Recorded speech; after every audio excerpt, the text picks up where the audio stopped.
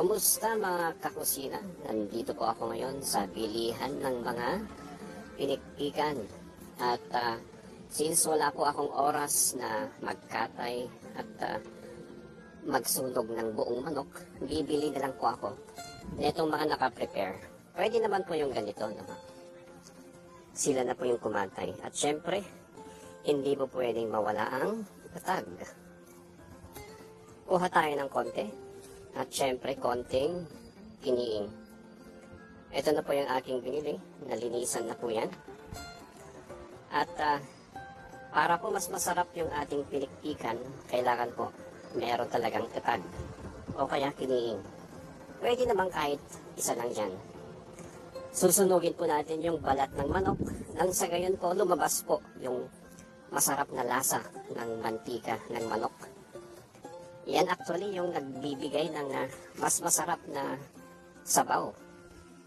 Kung meron po kayong kahoy, mas masarap ulit kung yun po ang gamitin nyo. Magsunog po kayo. At hiwain po natin sa serving sizes. By the way, itong ginamit po natin is broiler cal. Matagal po ang lutuan yan. Naka-ready na po. At yung ating itag, hugasan po natin siya sa mainit na tubig para mabawasan yung alat.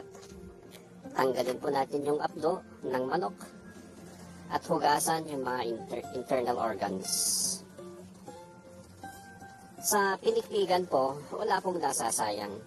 Lahat po sinasama. Yung ulo hanggang paa. Siyempre, hindi po natin sinasama yung balahibo kasi sunog na po.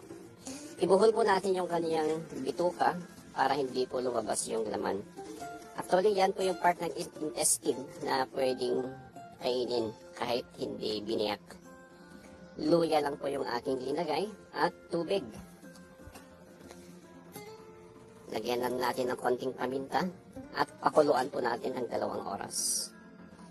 Habang nagpapakulo po tayo, namulot na po ako ng mga talbos ng kamote, passion fruit at talbos ng sayote.